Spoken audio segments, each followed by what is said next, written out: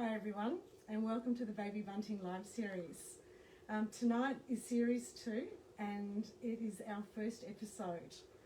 Our topic tonight is particularly relevant for parents of newborns and babies up to around the age of 3 months. We're going to be addressing some of the key concerns and questions towards newborn sleep habits and trying to understand what are the sleep cues that you learn from baby. I'm Janelle and I'm a mother of one, although he is a young man now, and regardless, I still recall those feelings of expectation and anxiety and concern when he wasn't sleeping as a newborn. I'd like to introduce Deb Herdman. Deb is a registered nurse of over 25 years, and she is an expert sleep consultant and principal from the Nigh Baby Sleep School. Deb, tell us a little about yourself. Oh, hi Janelle. Thanks so much for having me here. I'm so excited to be here for Series 2 and sleep. That's my passion. You know, sleep was a problem for my third baby. I had 2 babies in the 80s and thought I wasn't going to have any more, but then 21 years later, had another one, and he was my catnapper during the day, catnapper at night, and then things kind of worked out okay for a bit. And then as a toddler, he was taking hours and hours to sleep.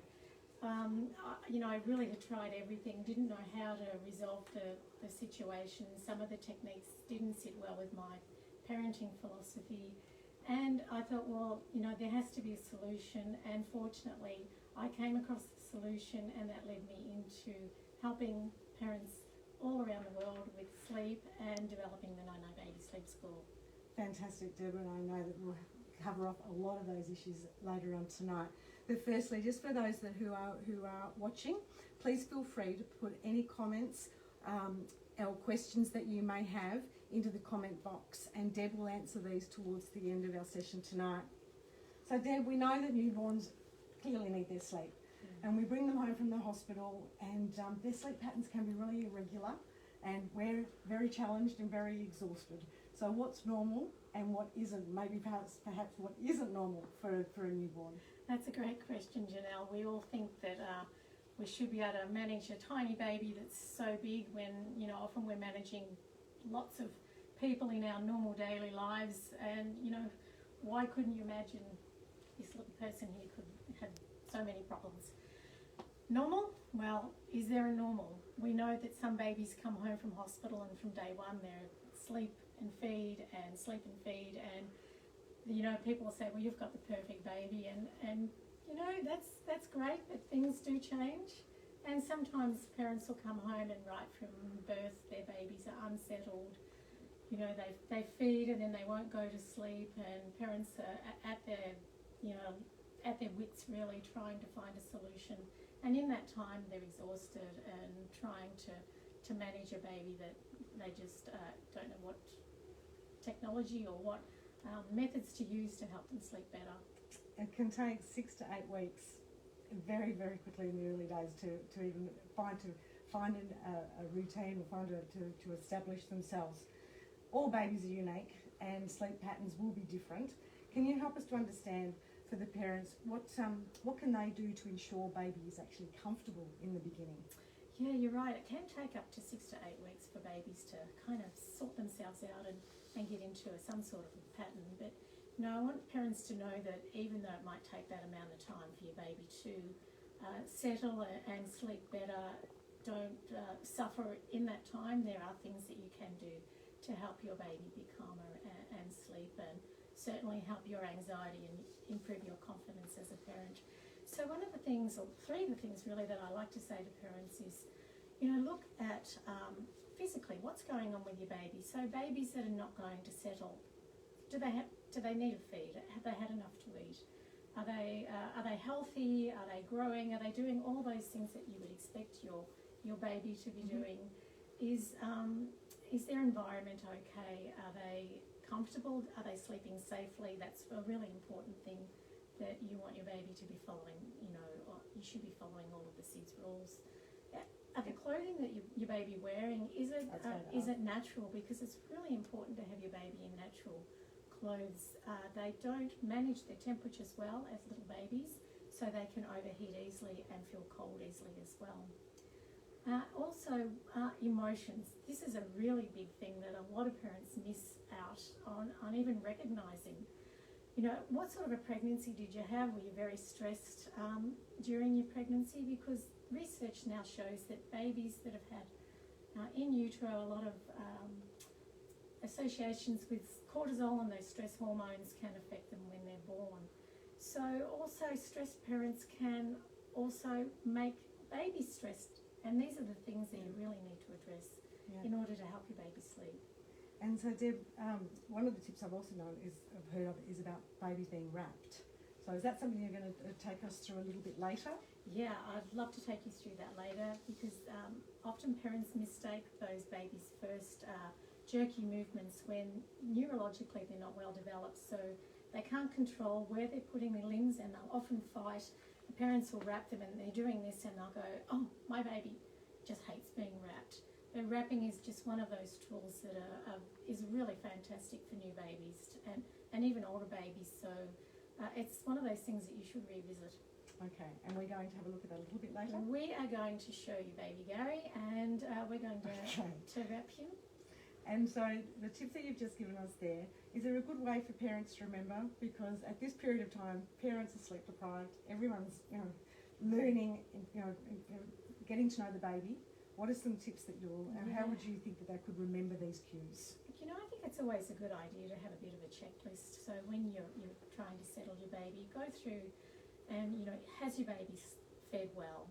Is your baby comfortable? Is the room at the right temperature? All of these things that you can kind of mentally go through and say, well, my baby's not sick and I've met all these criteria. Yeah. So probably it's likely that it is just purely a settling thing.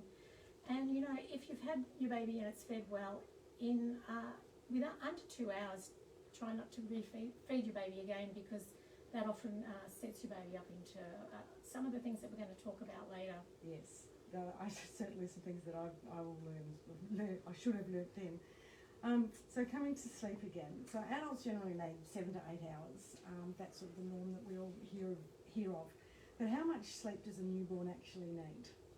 Yeah, you'd be surprised to hear that a newborn needs, particularly the first 0 to 8 weeks, needs quite a bit of sleep. So from 12 to 18 hours is quite a lot of sleep for a new baby. And when your baby gets into that 3rd month, sleep goes down to 14 to 15 hours. So 18 hours to 14 hours is quite a big leap, isn't it? But within that will be broken up, obviously, into lots of... Yeah, you're expecting your baby in those first 3 months to be napping 3 times a day. Okay, yeah. And what are some of the key signs that we look for in a tired baby? Tired babies show a lot of different signs, and often parents don't see those signs, or they mistake them for other things. So I always say to parents, one of the first things that you should look for, particularly if you're engaging with your baby, is that your baby will look away and start to disengage in your eye contact. You may find that their eyes become quite glazed and glassy, and they almost seem like they're looking through you. Mm-hmm. Some babies have a colour change, so going from pink to pale. They may clench their fists. They may become quite jerky with their movements as well, often hitting themselves in the face and wriggling around and, showing some signs of grizzling. One of the things I say to parents, if you can act before they get to the crying stage, you'll have a baby that you'll be able to settle much faster. Crying is always a late sign. So when that happens, your baby's then gone into a stress mode. And cortisol and adrenaline are those hormones that you will find will definitely prolong the settling stage. Okay, so in those early days and weeks, parents are getting to know their newborn and learning and understanding these cues. I've heard that some parents say to us, I've had a really, really tough night last night with my little one. He was inconsolable. They're now inconsolable. What advice have you got to this? Look, this is a really common thing with parents and new babies. And one of the things that, you fed your baby and then you think, well, it's time for sleep, and your baby won't settle. And one of the next things you often do is to feed your baby again, but not necessarily is it that your baby wants a feed. Your baby's just overtired, and because you can't settle them, this cascade of your baby feeding and then you put your baby to bed, your baby doesn't sleep, they catnap, so you pick them up, well they cry, you pick them up, you feed again, and that can go on for hours and hours. And it's one of those things that, you know, if your baby's fed well, try settling before you go straight onto trying to feed again. 2 hours is a reasonable amount of time to wait between feeds. Deb, that is a really interesting tip, just understanding that cycle of feeding and sleep.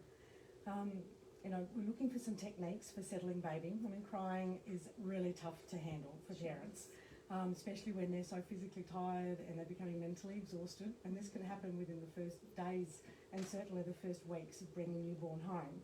So what are some of the settling techniques that we can use, and how can we establish a routine? Okay, so shall we first of all start with baby Gary here? I'll show you how to wrap your baby. So here he is.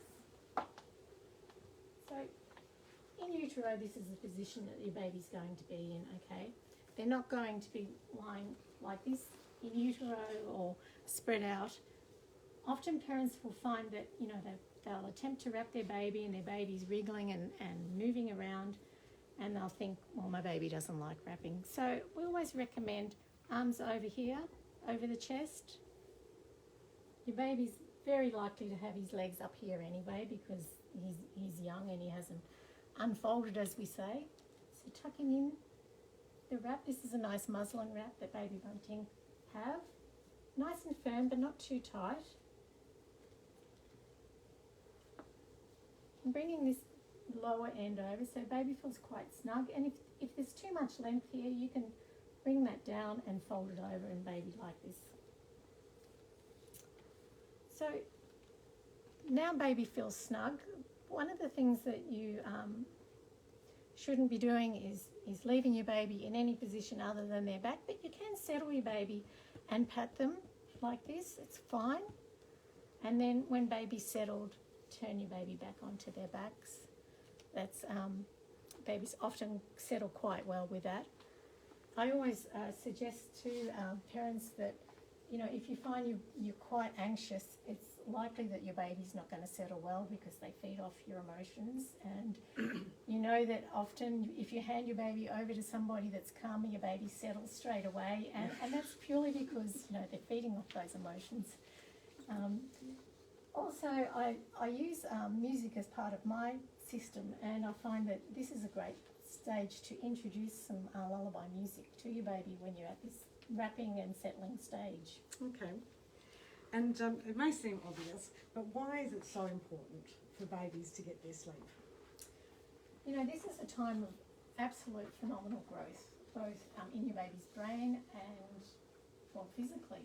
This is the time when your babies are growing and you want your baby to be able to be learning and doing all those wonderful things that sleep does to your body. So, you know, it gets rid of the toxins from your brain and helps your baby learn, all those things that are essential to having a happy, healthy baby. Mm-hmm. You need sleep, not only your baby, but you as well. Well, and that's certainly true, but I think that might be another topic for another time, talking about sleep in sleep-deprived parents. So, Deb, you've worked with countless families and babies and achieved amazing results through the Nigh Baby Sleep School. And you've shared some suggestions and some techniques already tonight. But are there more tips that you can offer on getting baby to simply just relax? Yes, Janelle, there's been some really interesting studies in this area of helping babies feel calm, and actually it can begin even before your baby's born. We use music and play therapy as part of our system, which is very unique. It's something that most sleep schools won't use, and we find that we get phenomenal results because babies that are sung to, and this is really important for their brain and yours, and actually research shows that you synchronise your brains, which is an amazing thing because calm parents have calm babies, and calm babies have calm parents. Works so, well. You know, singing to your baby and the lullaby technique is part of a system that I use, which I call the 3 hours to sleep success, incorporating it in your routine. I did mention before that about routine, that you don't need a routine right at the start. Routine isn't about feeding and all the other things that you might assume belong in a routine. Routine is about sleep. So letting your baby find their way in those early days. And then implementing a routine when you find that you're having trouble with them settling is a much kinder way of, rather than forcing them to sleep when they don't want to. Okay. So Deb, you spoke about the lullabies and the play involvement as being key elements. So this is sort of like a bonding and developing close relationships with the baby. Tell us a little bit more about that and why that's so important for primary carers. Yeah, look, we did slightly touch on the play, which is part of the system that comes later on when your baby's a bit older, but certainly that early bonding, when you've got all those lovely hormones happening, dopamine, which make you feel good, and oxytocin, which is, we all know it's the love hormone. These are the nurturing things that your baby needs to be able to grow up to become a responsive, caring, well-adjusted person. Absolutely, that's very true. So Deb, all those answers have been fantastic. But what's your final piece of advice for our new parents and expectant mums who are listening to us tonight? I think, again, when you've fed your baby and you know your baby's comfortable, and if they're not settling, don't immediately jump into feeding your baby again. Try settling first. This is just to avoid that whole thing that we talked about before, the feeding, the crying, the sleeping and the catnapping. Mm-hmm. Once your baby learns how to settle faster, you'll find that sleep becomes deeper, and then they can string together their sleep cycles much easier. Lovely. And then mum and dad also gets the sleep that they read. That's right. So Nat, thanks Deb. Nat, have we got any questions from the audience tonight? We do. Joyce has asked how to stop her 8-month-old from crying when the baby is put down in the cot. Okay, there's a big question, and often that 7 to 8 months is a time when I see a lot of parents that they might have come through having a baby that's been sleeping quite well. For the first 6 months, there's those developmental leaps that can throw sleep off, but around that 8 months age is separation anxiety, which is a big thing. And often you find that if your baby's not settling fast enough, then they fall into that, what I call sleep debt, which means that they lose essential sleep hours, and that stops them stringing together sleep cycles, so then they wake up more frequently. Again, for this age group, you need to be able to calm your baby down and relax them. And I would always recommend to parents to use the lullaby music to help break that cycle. It's really important that you support your baby emotionally, because you don't want them to, I would never endorse crying it out or control crying, because that's really going to add more stress to helping your baby get there. And just one more question. If the audience wanted to contact you directly for help, what are the best contact details? The best contact detail is to go to nigh.com.au. You'll find a lot of information and blogs about sleep and settling and parenting, and of course the link there to the Nigh Baby Sleep School. We have had COVID, of course, which hasn't allowed our one-to-one to happen, but we have been helping parents via video, which has just been fantastic. Deb, thank you so much. You've been absolutely wonderful. I think you've covered off some terrific points for our new mums. Thank you just for sharing your advice and knowledge. These last few months would certainly have been quite challenging and stressful for first-time mums, dealing with isolation and limited contact with their family and their friends. So we hope that the Series 2 of Baby Bunting Live Series is going to encourage everyone to log in. It'll be again next Wednesday night. And we thank you so much for joining us, and good night from Baby Bunting. We hope all the babies sleep really well tonight.